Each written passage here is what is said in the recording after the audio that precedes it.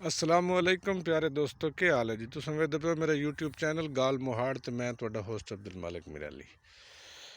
अच्छा जी, पिछले दिनों मैं तुहानू फली मटर दी सब्जी दी काश्त विखाई है। ये 1 एकड़ काश्त हुई है ज़रा लेट। मैं तुहानू जूम करके विखाना। ये हाले हुण इहदा उगाओ जिहड़ा है वो होंदा वदा है। अच्छा, कुछ दोस्तां ना मशवरा दिता साडे उस बंदे नूं जिसे काश्त कीते कि यार हुण तो मौसम ही कोई नहीं, हुण तू काश्त ना कर, ए जर्मीनेशन ज़रा चेक करो।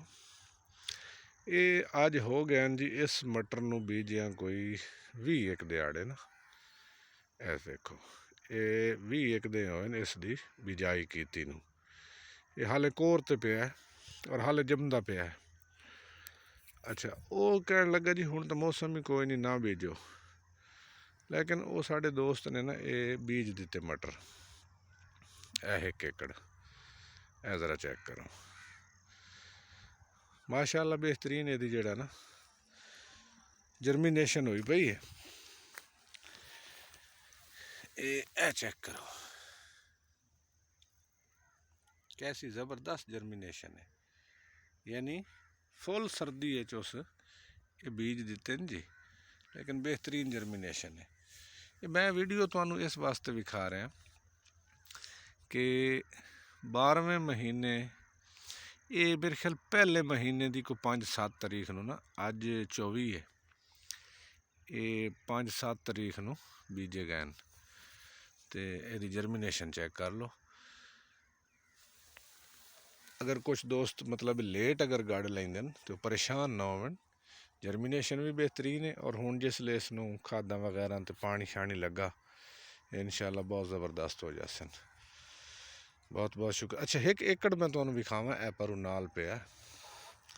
ये एकड़ चेक करो, ये इस तो यानी 1 महीना पहले ये 12वें दे विच बीजिया गया।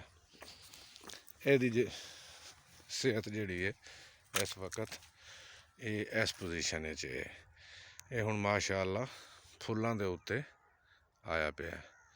किदां किदां को फुल जिहड़े न वो लगे हुए। तो ए चेक करो,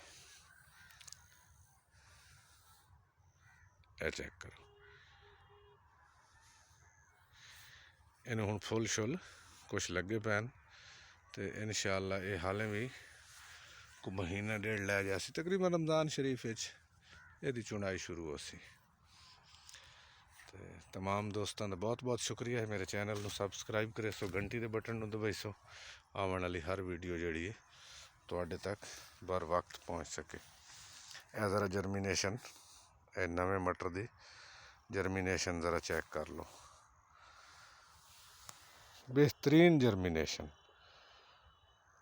ओके, अल्लाह हाफिज़, थैंक यू।